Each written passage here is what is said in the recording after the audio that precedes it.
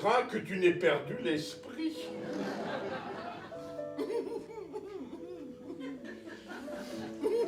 Mais pourquoi gémis-tu en mangeant? Nous devons manger en gémissant, car l'homme, par cette voie, a perdu son innocence.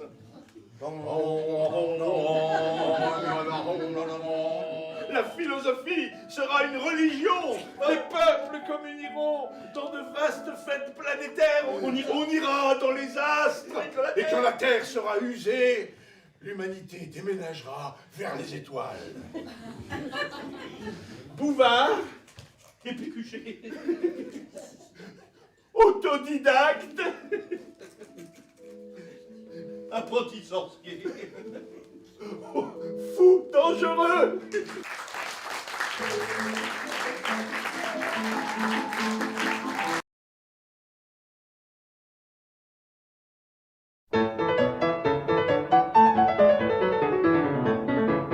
Les grands feuilletons de France Culture.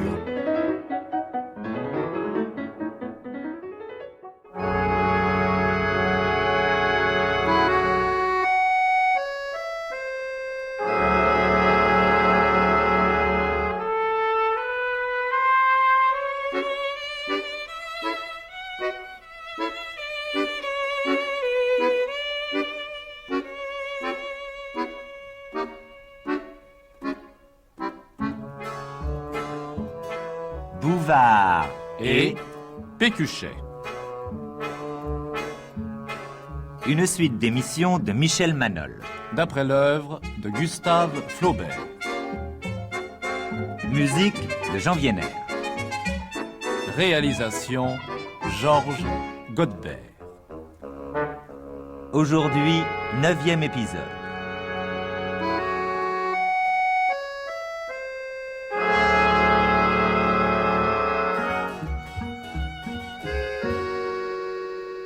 Tu vois, Bouvard, au moment d'en finir avec la vie, il y a quelques semaines, la Providence nous a conduits jusqu'à l'église.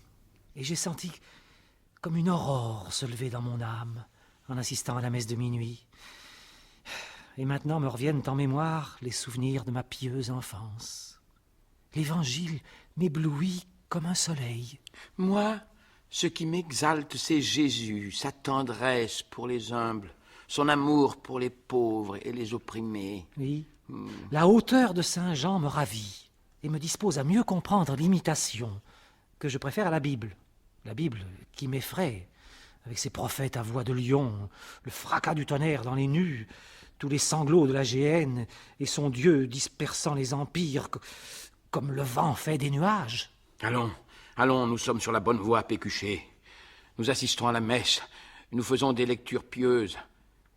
Alors, quand franchiras-tu le pas décisif? Moi, j'hésite encore pour ma part. Je te dois un aveu. Cet après-midi, je me suis confessé. Confessé? Oui, et j'en éprouve une joie ineffable. Oui.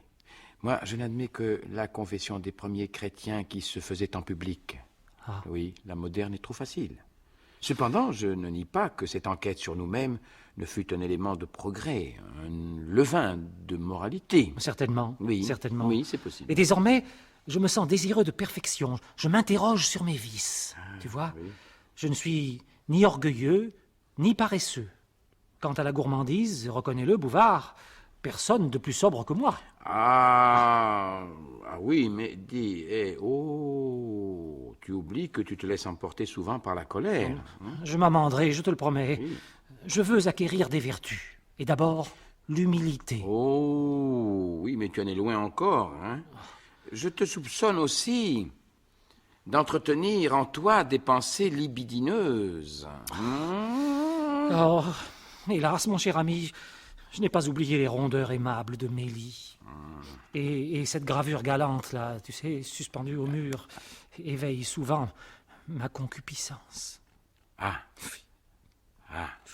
Bon, alors il convient de la soustraire à ta vue. Bon, alors, je la retire, hein. Je vais l'enfermer dans une armoire. Voilà. Bon, alors pour le reste, je te conseille de redoubler de pudeur, jusqu'à craindre de porter des regards sur toi-même, hein. Fais attention, hein. Dis donc, par prudence, hein, couche avec un caleçon. Oh, tu sais, c'est surtout le matin que j'ai à subir de grands combats, comme en eurent Saint-Paul, Saint-Benoît et Saint-Jérôme, dans un âge fort avancé d'ailleurs. Oui, oui, le matin est traître, oui. Eh bien, aie recours à des pénitences. La douleur est une expiation, c'est un remède, c'est un moyen. C'est un hommage à Jésus-Christ. Oui.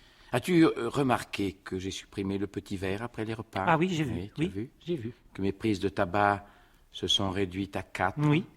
Que par les froids extrêmes, je porte plus de casquette. C'est afin de me mortifier, mon ami.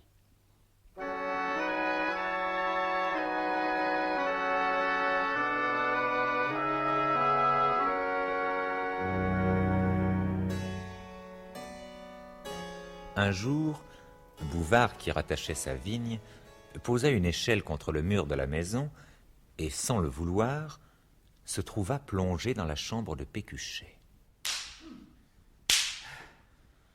Oh, mais qu'est-ce qu'il fait? Complètement frappé. Son ami, nu jusqu'au ventre, se frappait les épaules avec un martinet. Puis, s'animant, retira sa culotte, cingla ses fesses et tomba sur une chaise hors d'haleine. Bouvard en fut troublé, comme à la découverte d'un mystère qu'on ne doit pas surprendre. À quelque temps de là, Bouvard et Pécuchet firent l'acquisition d'articles de piété qui furent distribués dans toutes les pièces. Il y avait des Sacré-Cœur de carton bleu, des Saint-Joseph à la barbe rouge, des calvaires de porcelaine. Sur la cheminée de la salle à manger, on voyait un Saint-Jean-Baptiste de cire. Le long des corridors, les portraits des gloires épiscopales. Et au bas de l'escalier, sous une lampe à chêne, une Sainte Vierge en manteau d'azur et couronnée d'étoiles. Bouvard joignait les travaux manuels aux exercices religieux et bêchait la terre, vêtu de la robe de moine, en se comparant à Saint Bruno. Ce déguisement pouvait être un sacrilège, il y renonça. Mais il prenait le genre ecclésiastique, sans doute par la fréquentation du curé. Il en avait le sourire, la voix, et d'un air frileux glissait comme lui dans ses manches, ses deux mains jusqu'au poignet. Bouvard se laissa conduire au mois de Marie. Les enfants qui chantaient des hymnes, les gerbes de lilas, les festons de verdure, lui avaient donné comme le sentiment d'une jeunesse impérissable. Un jour, au moment du repas, il dit à Pécuchet: « Ta religion, Pécuchet, me paraît morose, extravagante, fastidieuse, tandis que Dieu se manifeste à moi par la forme des nids, la clarté des sources, la bienfaisance du soleil. » Pécuchet, tu m'énerves. Hein, tu m'énerves à la fin. Me diras-tu pourquoi tu gémis pendant les repas comme ça? Nous devons manger en gémissant, car l'homme, par cette voie, a perdu son innocence. Et Pécuchet buvait de l'eau de la Salette, se livrait porte close à des oraisons jaculatoires, espérait entrer dans la confrérie de Saint-François. Le curé, ravi de tant de zèle, venait les voir fréquemment. Il présentait la religion sous des couleurs gracieuses, et Bouvard consentit bientôt à s'approcher de la sainte table. Pécuchet, en même temps que lui, participerait au sacrement. Le grand jour arriva. Pécuchet, trop ému sans doute, oscillait la tête de droite et de gauche. Le curé eut peine à lui mettre l'hostie dans la bouche, et il la reçut en tournant les prunelles. Bouvard, au contraire, ouvrit si largement les mâchoires que sa langue lui pendait sur les lèvres comme un drapeau.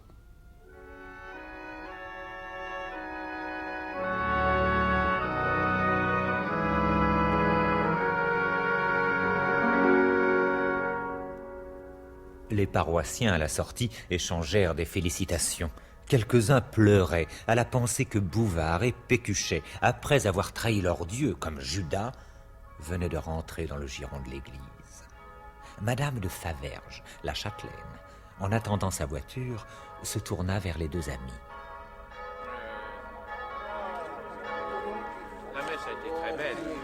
Messieurs et chers amis, je vous présente mon futur gendre, monsieur le baron de Mahuron, ingénieur. Enchanté de faire votre connaissance, monsieur le baron. J'avais d'ailleurs entendu parler. Salue, monsieur le baron. Mes respects, messieurs. On ne vous voit pas souvent au château, messieurs Bouvard et Pécuchet. Mon mari est absent, mais il sera rentré la semaine prochaine. Notez-le, je vous prie, nous serons ravis de vous voir. Mais nous aussi, c'est avec plaisir que nous viendrons. Respect, madame.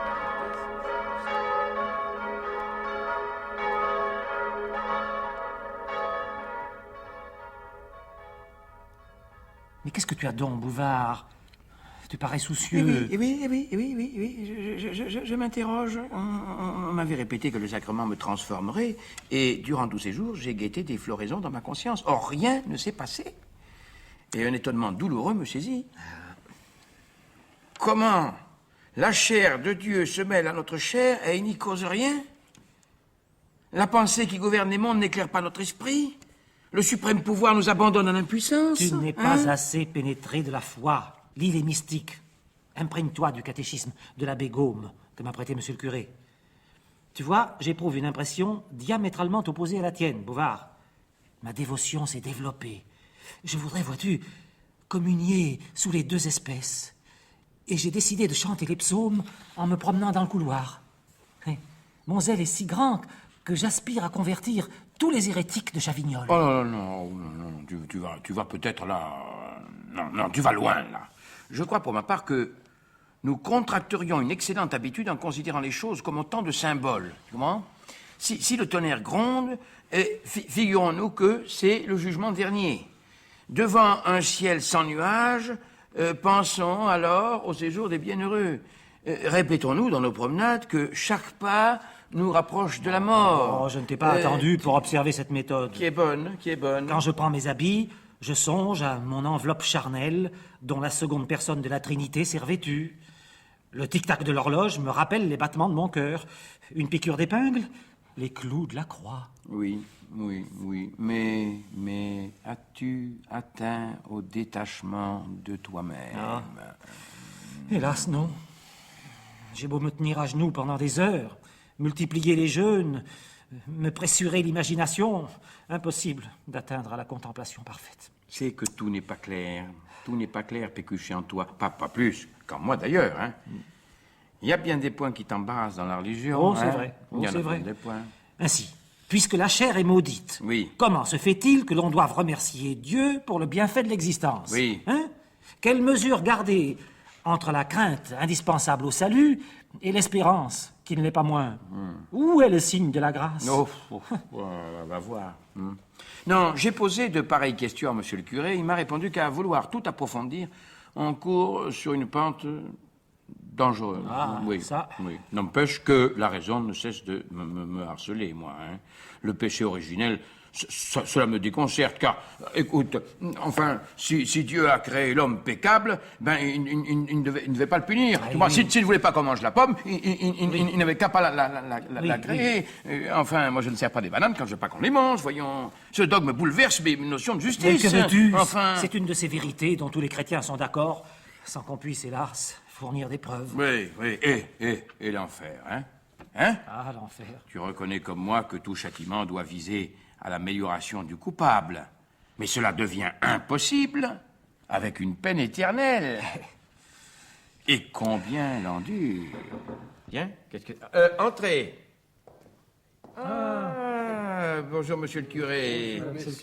Asseyez-vous, je vous en prie. Merci. Voilà, je ne voudrais pas me montrer indiscret, mais malgré moi, j'ai entendu votre propos sur l'enfer. Poursuivez, monsieur Bouvard, poursuivez. Je vous prie votre pensée. Eh bien, voilà, monsieur le curé, disions, il me paraît inadmissible que tant de gens endurent les peines de l'enfer. Voilà. Hein? Songez donc que tous les anciens, les juifs, les musulmans, les idolâtres, les hérétiques, et même les enfants morts sans baptême, ces enfants créés par Dieu, et dans quel but, je vous le demande, hein? Pour les punir d'une faute qu'ils n'ont pas commise, monsieur le curé. C'est ça, monsieur le curé. Oui. Telle est en effet l'opinion de saint Augustin. Et Saint Fulgence va même plus loin. Il enveloppe dans la damnation jusqu'au fœtus. Oh, jusqu'au fœtus, alors ça c'est trop Oui, fort, oui, jusqu'au oui. fœtus. L'Église, monsieur Bouvard, il est vrai, n'a rien décidé à cet égard. Une remarque, pourtant, ce n'est pas Dieu, mais le pécheur qui se damne lui-même. Et l'offense étant infinie, puisque Dieu est infini, la punition doit être infinie. Voilà. Est-ce tout, monsieur Bouvard?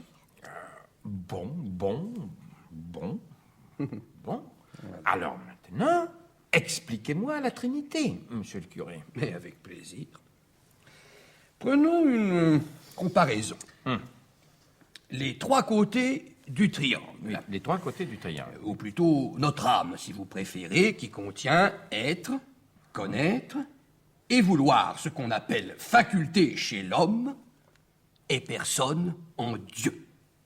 Voilà le mystère. Oui, je suis d'accord pour le mystère. Mais les trois côtés du triangle ne sont pas chacun le triangle. Ces trois facultés de l'âme ne font pas trois âmes. Oui. Et vos personnes de la Trinité sont trois dieux. Blasphème!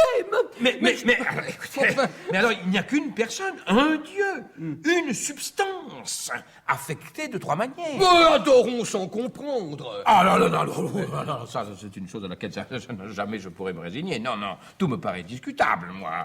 Ainsi, les patriarches, Jacob s'est distingué par des filouteries. Quoi? David par les meurtres, et Salomon par ses débauches. Élevez-vous, monsieur Bouvard, au-dessus de ces considérations. Le sacrifice d'Abraham est la figure de la passion. Jacob, une autre figure du Messie, comme Joseph, comme le serpent d'airain, comme Moïse. Oui, bon, mais croyez-vous qu'il ait composé le Pentateuque, hein? Oui, sans doute. Cependant, on y raconte sa mort. Mais on y raconte sa mort. Même observation pour Josué, et quant aux juges, l'auteur nous prévient qu'à l'époque dont il fait l'histoire, Israël n'avait pas encore des rois. Ben oui. Alors l'ouvrage fut donc écrit sous les rois. Et les prophètes aussi m'étonnent, monsieur le curé. Mais oui. Il va nier les prophètes. Mais pas du tout. Mais leur esprit échauffé percevait Jéhovah sous des formes diverses. Celle d'un feu, d'une broussaille, d'un vieillard, d'une colombe. Et il n'était pas certain de la révélation, puisqu'il demandait toujours un signe. Et où avez-vous découvert ces belles choses? Eh ben, dans Spinoza, hein. Vous l'avez lu? Oh, mon Dieu, me regarde. Pourtant, monsieur le curé, alors là, et la science. Non, et la science. monsieur, on n'est pas savant si l'on est chrétien. Fera-t-elle pousser un épi de grain, votre science? Bon. Non, je ne sais qu'une chose, c'est que le monde a été créé pour nous, que les archanges sont au-dessus des anges, et que le corps humain ressuscitera. Oui, alors là, n'empêche que vous n'avez pas répondu sur les contradictions de la Bible. Voilà. Écoutez, moi... Il n'y a pas d'écouter. L'Exode nous apprend que pendant 40 ans, on fit des sacrifices dans le désert. Pourtant, on n'en fit aucun selon Amos et Jérémie. Oui, dans le Deutéronome, Moïse voit le Seigneur face à face. D'après l'Exode, jamais il ne put le voir. Hein? Alors là, je vous le demande. Oui. Je vous le demande. Je vous en prie. Où est l'inspiration céleste? Mais motif de plus pour l'admettre. Les imposteurs ont besoin de connivence. Les sincères y prennent garde. Dans l'embarras, recourons à l'Église. Elle est toujours infaillible. Bien. Mais alors, de qui relève l'infaillibilité? Les conciles de Bâle et de Constance l'attribuent aux conciles eux-mêmes, mais souvent les conciles diffèrent. Ceux de Florence et de Latran la décernent au pape. Mais Adrien, il n'y a pas de monsieur Bouvard. Mais Adrien VI déclare que le pape, comme un autre, peut se tromper. Chicane. Tout cela ne fait rien à la permanence du dogme, monsieur Bouvard. Bon. Alors admettons, et venons-en à Jésus, monsieur le curé. Bon, oui. Oui, j'en arrive à ne plus savoir que penser à son sujet. Comment ça? 3 évangiles en font un homme. Dans un passage de Saint Jean, il paraît s'égaler, je dis bien, il paraît s'égaler à Dieu, et dans un autre, du même Saint Jean, il se reconnaît comme son inférieur. Alors là, qu'est-ce que vous en dites? Mais, érudit comme vous l'êtes, monsieur Bouvard, vous ne pouvez ignorer la lettre du roi Abgar, les actes de Pilate et le témoignage des Sibylles, dont le fond est véritable. Je ne vous apprendrai pas que l'on retrouve la Vierge dans les Gaules, l'annonce d'un Rédempteur en Chine, la Trinité partout, la croix sur le bonnet du Grand Lama, en Égypte, au point des dieux. Justement, cela ne démontre-t-il pas l'identité des religions? Comment? C'est vous, monsieur Pécuchet, qui osez dire cela? Mais il ne peut y avoir plusieurs religions puisqu'il n'y a qu'un Dieu pour lequel tant de martyrs ont donné leur vie. Sans doute. Mais il est de fait que les catholiques ont fait plus de martyrs que les juifs, les musulmans, les protestants, les libres penseurs et tous les chrétiens d'autrefois. Mais enfin, on compte 10 persécutions depuis Néron jusqu'à César Galba. César Galba, je veux bien, mais alors que faites-vous des albigeois, hein? De la Saint-Barthélemy et de la révocation de l'édit de Nantes? Excès déplorable, sans doute. Mais vous n'allez pas comparer ces gens-là à Saint-Étienne, Saint-Laurent, à Cyprien, Polycarpe. Les catholiques ont-ils crucifié vos protestants, comme le fut Saint-Siméon, ou fait dévorer un homme par 2 tigres, comme il advint à Saint-Ignace? Mais monsieur le curé, comptez-vous pour quelque chose tant de femmes séparées de leurs maris, d'enfants arrachés à leur mère, et les exils des pauvres à travers la neige, au milieu des précipices? Mais on les entassait dans les prisons, et à peine morts, on les traînait sur les clairs. Non, alors... Non, écoutez, vous me permettrez de ne rien croire. Non. Et nos martyrs, à nous, sont moins douteux? Sainte Blandine a été livrée nue dans un filet à une vache furieuse. Oh, la vache. D'autres ont eu les dents brisées avec un marteau, les côtes déchirées avec un peigne de fer, les mains traversées avec des clous rougis, ou même on leur enlevait la peau du crâne. Vous exagérez, monsieur le curé. Je ne... La mort des martyrs était, en ce temps-là, une amplification de rhétorique. Comment, de la rhétorique? Mais oui. Tandis que moi, monsieur, je vous raconte de l'histoire. Les catholiques en Irlande éventrèrent des femmes enceintes pour prendre leurs enfants. Jamais. Et les donner au pourceau. Allons donc. Et en Belgique, ils les enterraient toutes vives. Quelle plaisanterie. On a leur nom. J'ai leur nom. J'ai leur nom. Et combien même? On ne peut les appeler des martyrs? Il n'y en a pas en dehors de l'Église. Un dernier mot, monsieur le curé. Oui. Si la valeur du martyr dépend de la doctrine, comment servirait-il à en démontrer l'excellence? Très bien, Bouvard. Ah, je vous plains, messieurs. Véritablement, je vous plains.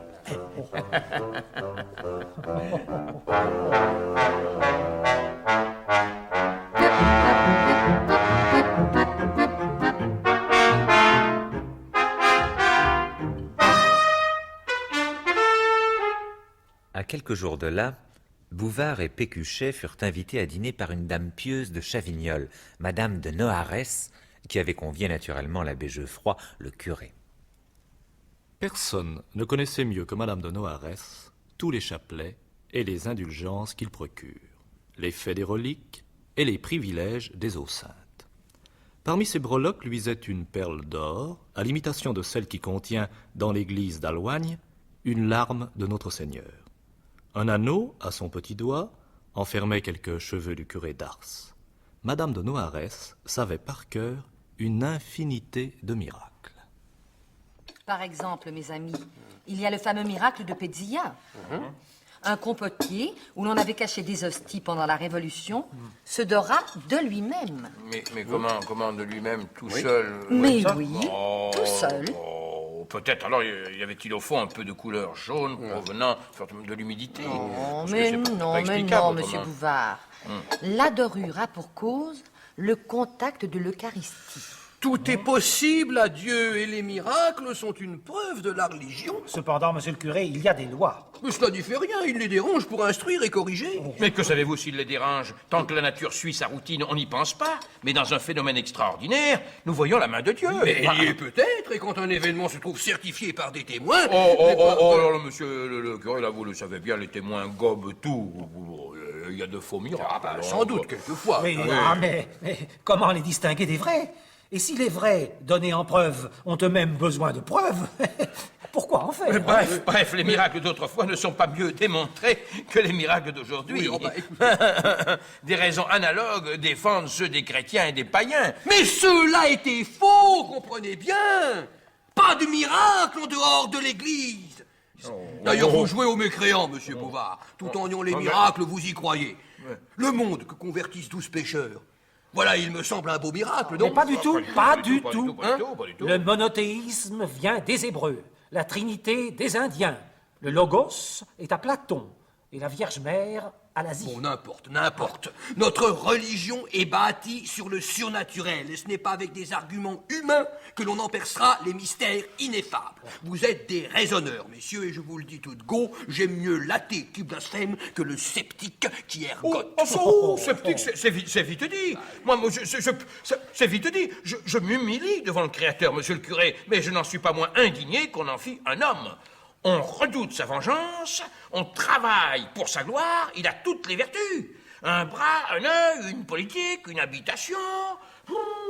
Mais notre Père qui est aux cieux, qu'est-ce que ça veut dire, ça, au juste? Qu'est-ce que ça veut dire? Le monde s'est élargi, monsieur le curé. La terre n'en est plus le centre. Elle roule dans la multitude infinie de ses pareils. Beaucoup la dépassent en grandeur. Et ce rapetissement de notre globe prouve de Dieu un idéal plus sublime. Mais monsieur Pécuchet, voyons. Enfin, c'est pourquoi la religion doit changer. Comment ça? Le paradis est quelque chose d'enfantin. Avec ces bienheureux, là, toujours contemplant, toujours chantent tout le temps,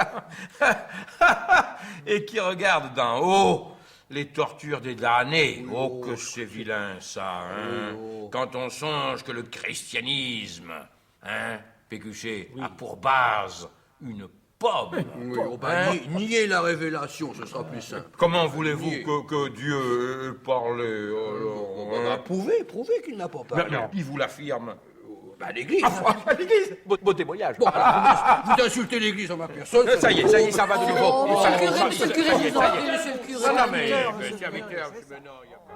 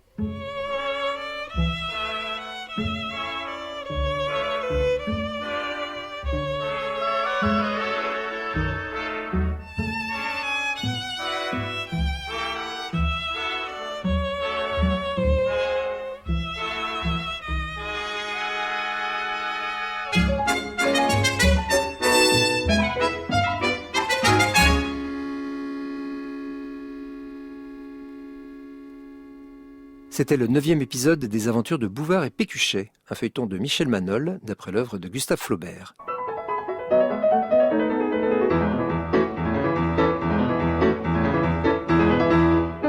Avec Michel Galabru, Bouvard, Jacques Duby, Pécuchet, Jacques Fayet et Max Fournel, les narrateurs, Aline Bertrand, Germaine, Claude Pieplu, l'abbé Geoffroy, Yvonne Clèche, Madame Bourdin.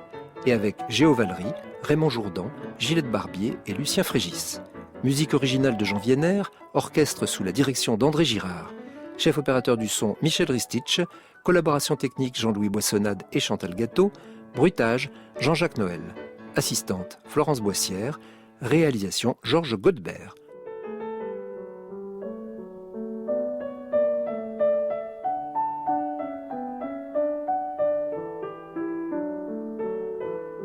Première diffusion sur France Culture le 16 décembre 1971. Demain, à la même heure, 10e et dernier épisode des aventures de Bouvard et Pécuchet. D'ici là, vous pourrez réécouter en ligne ou télécharger les épisodes précédents sur le site franceculture.fr ou sur l'application Radio France.